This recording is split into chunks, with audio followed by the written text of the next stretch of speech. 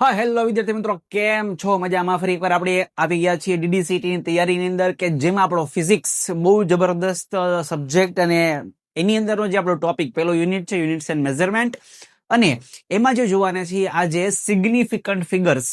હવે નોર્મલી આપણો જે સિલેબસ છે એમાં આવો કોઈ ટોપિક ઓન પેપર લખેલો નથી, પરંતુ આના બેઝિસના થોડાક ક્યારેક MCQ આવી જતા હોય છે. પ્લસ જો કદાચ આની માટે છે નહીં તો આપણને એક જસ્ટ ફોર નોલેજ તો હોવું જ જોઈએ. આ એક કોમન વસ્તુ છે, સિગ્નિફિકન્ટ ફિગર્સ.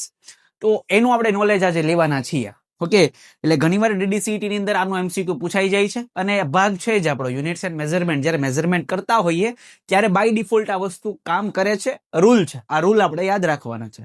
સિગ્નિફિકન્ટ ફિગર માટેના નિયમો છે, એ નિયમો આપણે જોવાના છે. વન બાય વન એક નિયમ જોતા જોઈએ, અને એની ઉપર રોજ MCQ આવી જાય છે તો સાહેબ 2 માર્ક રોકડા મળી જશે. કેટલા? 2 માર્ક રોકડા મળી જશે, એટલે આપણી માટે તો બહુ સારી બાબત છે.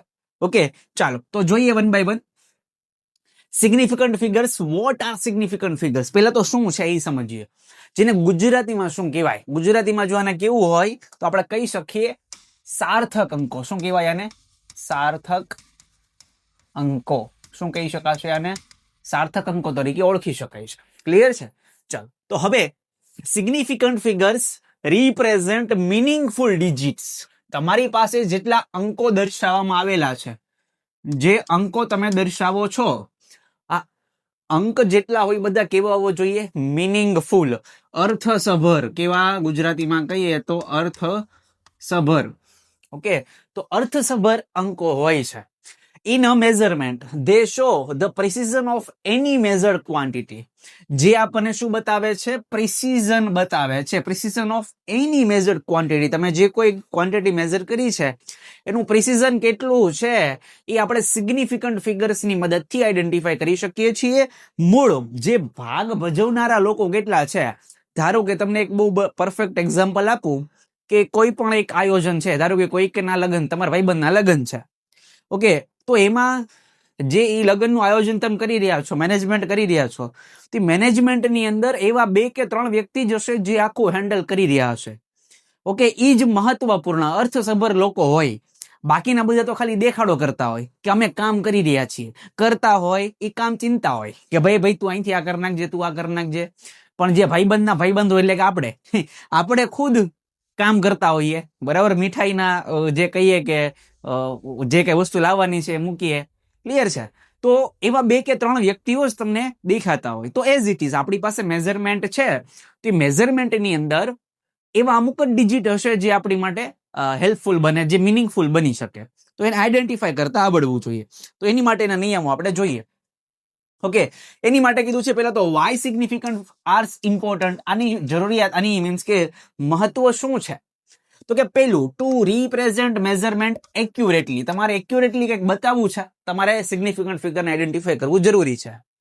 Two avoid giving false precision. તમે ખોટું કોઈ વસ્તુ આપી ન દો.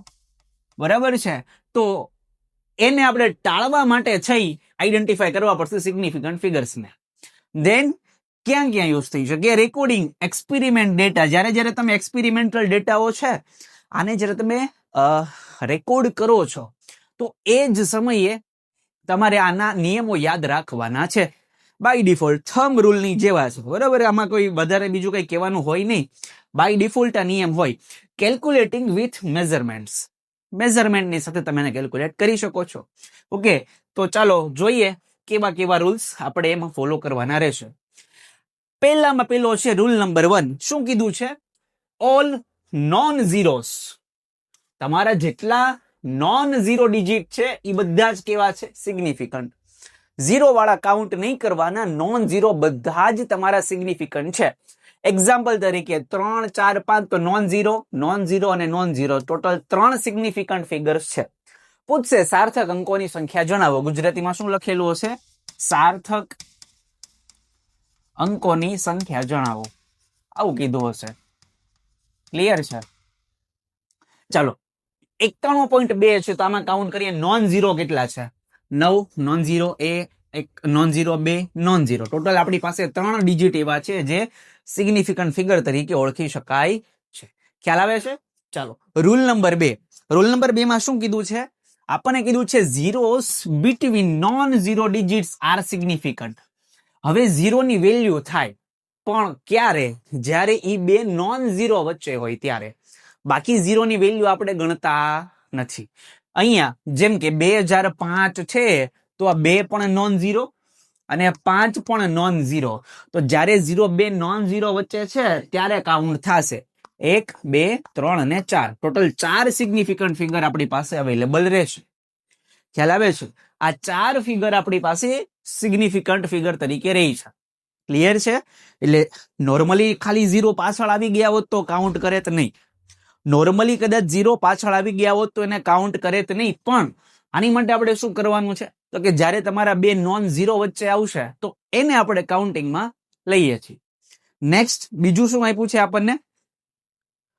ભાઈ 3.0709 છે. હવે અહીંયા 0 બે વાર આવ્યા છે. 0 એક અહીંયા પણ આવ્યો અને એક અહીંયા પણ આવ્યો.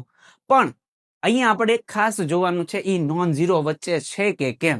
તો કે હા સાહેબ 0 3 અને 7 ની વચ્ચે છે નોન ઝીરો. પોઈન્ટ ને જોવાનું નથી ભાઈ. અહીંયા ખાસ સમજજો, ડેસિમલ ને અહીંયા આપણે કોઈ આઈડેન્ટિફિકેશનમાં લેતા નથી આના રૂલ માટે. ક્લિયર છે? હમણાં આવશે એની માટેનો સ્પેશિયલ રૂલ છે, આવશે. અહીંયા નથી લેતા. 0 છે 3 અને 7 ની વચ્ચે છે, અહીંયા 0 છે 7 અને 9 ની વચ્ચે છે. ક્લિયર? તો આ ખાસ આપણે સમજવું. તો આમાંથી ટોટલ તમે કાઉન્ટ કરો 1 2 3 4 અને 5. ટોટલ 5 સિગ્નિફિકન્ટ ફિગર્સ આપણી પાસે અવેલેબલ છે. ક્લિયર? તો અહીંયા પહેલા બે રૂલ. પહેલો રૂલ છે ઓલ નોન ઝીરોસ આર સિગ્નિફિકન્ટ્સ અને zeros between two non zeros, તો એને પણ આપણે સિગ્નિફિકન્ટ ગણીએ છીએ. ક્લિયર? નેક્સ્ટ હવે શું કીધું છે? Leading zeros are not significant. હવે શું સિગ્નિફિકન્ટ નથી? તો કે ભાઈ જે પાછળના ઝીરો હોય ને સાહેબ એને ગણવાના નહીં, આગળના ઝીરો છે એને ગણવાના નહીં. જેમ કે સમજો, they only show position of decimal. જે તમારા લીડિંગ આગળના જેટલા તમારા ઝીરોસ છે એને આપણે કાઉન્ટિંગમાં લેશું નહીં.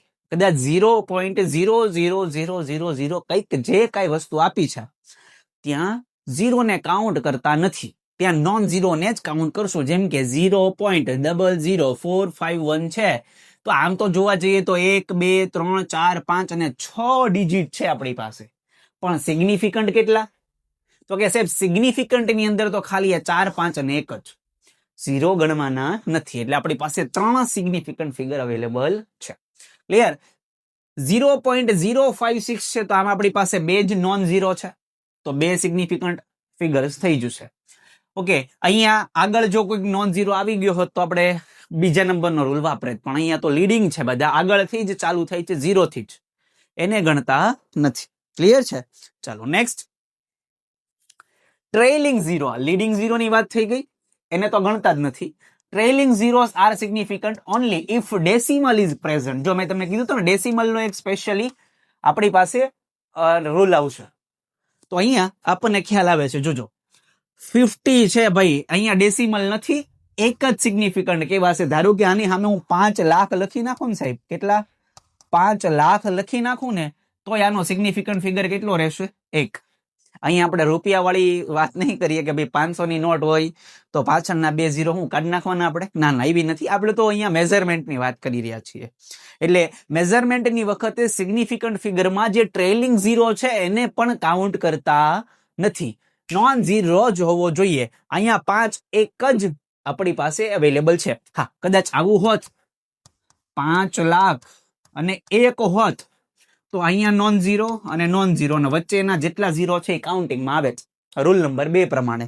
તો 1 2 3 4 5 અને 6, ટોટલ 6 સિગ્નિફિકન્ટ ફિગર થાત. બરાબર છે? પણ જો અહીંયા એકલા ઝીરો છે તો ભાઈ આને આપણે કાઉન્ટિંગમાં લેવાના નથી. લેવાના ક્યારે? એક જ શરતે, જ્યારે તમારા પોઈન્ટ મીન્સ કે ડેસિમલ મૂકી દીધો હોય ત્યારે, નહીતર નહીં. જેમ કે 50.0 છે તો I0 ગણાય ને I0 ગણાય, 3 સિગ્નિફિકન્ટ થશે. નેક્સ્ટ 2.300 છે તો 1 2 3 અને 4, ટોટલ 4 સિગ્નિફિકન્ટ ફિગર થશે. ખ્યાલ આવે છે? એટલે અહીંયા આપણે આને ખાસ દિમાગમાં ઉતારવાનું રહેશે. ક્લિયર છે ભાઈ? મગજમાં ઉતરે છે શું કહેવા માંગુ છું? આ વસ્તુઓ બધી ઇમ્પોર્ટન્ટ છે ભાઈ. 2 માર્ક આમાંથી વયા જશે, ખબર નહીં રહે. ક્લિયર? 2 માર્ક ફટાફટ વયા જશે, ખ્યાલ નહીં રહે આપણને. ચાલો નેક્સ્ટ.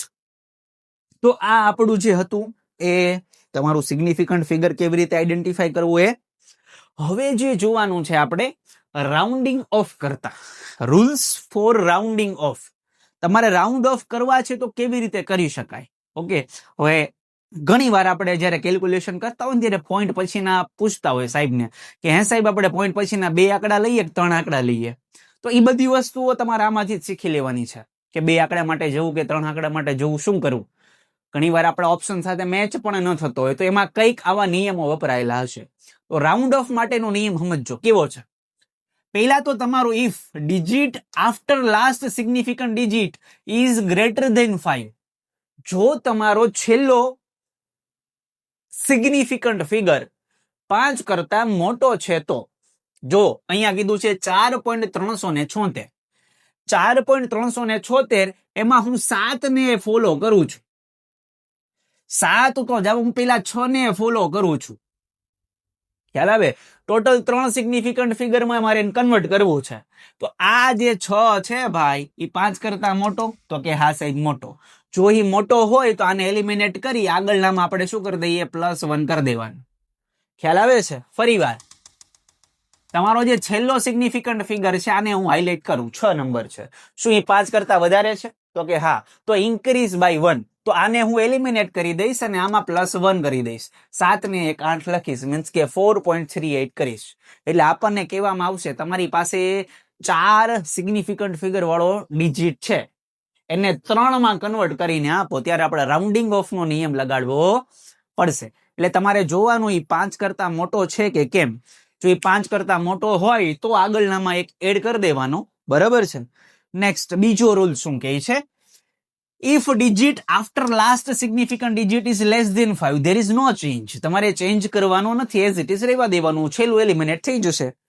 જો તમારો છેલ્લો લાસ્ટ સિગ્નિફિકન્ટ ફિગર જે છે 7.432, બરાબર છે, એમાંથી હું 2 ની ઉપર ફોકસ કરું છું. ઈ લેસ ધેન 5 છે તો કે હા છે, તો આને મારે ડાયરેક્ટ કેન્સલ કરવાનું. આગળનામાં મારે કાંઈ એડ કરવાનું નથી. આગળનામાં હું એક પણ ડિજિટ એડ કરતો નથી. તો 7.43 આપણી માટે અવેલેબલ રહેશે. ક્લિયર છે ભાઈ? ખ્યાલ આવે છે શું કહેવા માંગુ છું? Next, if digit after last significant digit is 5. હે સાહેબ આ તો ગ્રેટર ધેન 5 કીધું, આ લેસ ધેન 5 કીધું. જ્યારે મૂળ બરાબર 5 આવે ત્યારે શું કરવાનું? જ્યારે 5 મીન્સ કે બરાબર 5 આવી જાય તો મારે શું કરવાનું? તો જો if last digit is even, જો છેલ્લું ડિજિટ તમારો ઇવન છે, પહેલા તો 5 આવી ગયા, 5 ની આગળનો જે ડિજિટ હોય એ ઇવન હોય. કેવો હોય? ઇવન હોય. તો કોઈ ચેન્જ કરવાનો નથી. પણ જો ઈ ઓડ હોય તો એક એડ કરી દેવા. જેમ કે 2.35 છે તો અહીંયા 5 ને હું આઈડેન્ટિફાઈ કરું ને એની આગળ કોણ છે? ઓડ નંબર છે. કયો નંબર છે?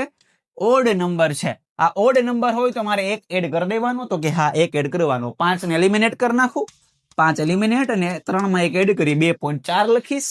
અને જો અહીંયા 5 ની આગળ ઇવન નંબર છે, અને જો ઇવન નંબર હોય તો મારે 5 ને ગોળી મારી દેવાની, બીજો કાંઈ ચેન્જ કરવાનો નથી. 2.2 એવું એટલું જ લખીશ. ક્લિયર છે? તો આ જે નિયમો છે સાહેબ આપણને બાય ડિફોલ્ટ મેઝરમેન્ટ કરતી વખતે ખ્યાલ હોવા જોઈએ. પહેલો નિયમ છે all non zeros digits are significant, then 0 between 2 non zeros, તો એને પણ આપણે સિગ્નિફિકન્ટ તરીકે ઓળખીએ છીએ. Leading zeros are not significant, trailing zeros are significant only if decimal is present. જો ડેસિમલ છે તો અને તો જ આપણે ટ્રેલિંગ ઝીરો ને ગણીએ છીએ, નહીં તો ટ્રેલિંગ ઝીરો પણ ગણતા નથી. ક્લિયર છે? ખબર પડે છે ને? બાકી તો અહીંયા રાઉન્ડિંગ ઓફ ના નિયમો આપણી પાસે ખૂબ જબરદસ્ત અવેલેબલ છે. તો આવા અને આવા જ નિયમો આપણને ખ્યાલ હોવા જોઈએ, અને કલ્પવૃક્ષ એકેડમી તમને આવું જ નવું મસ્તકડું તમને જણાવે છે. બરાબર છે? તો આપણી જે ચેનલ છે એને સબસ્ક્રાઇબ કરો, તમારા મિત્રો સાથે શેર કરો, જેથી કરીને એમને પણ આ કન્ટેન્ટ ભણવા મળે, DDCET ની તૈયારી કરવા મળે. ક્લિયર છે? ચાલો તો મળી આવતા લેક્ચર્સોની અંદર, ત્યાં સુધી રજા આપશો. નમસ્કાર, જય હિન્દ, જય ભારત.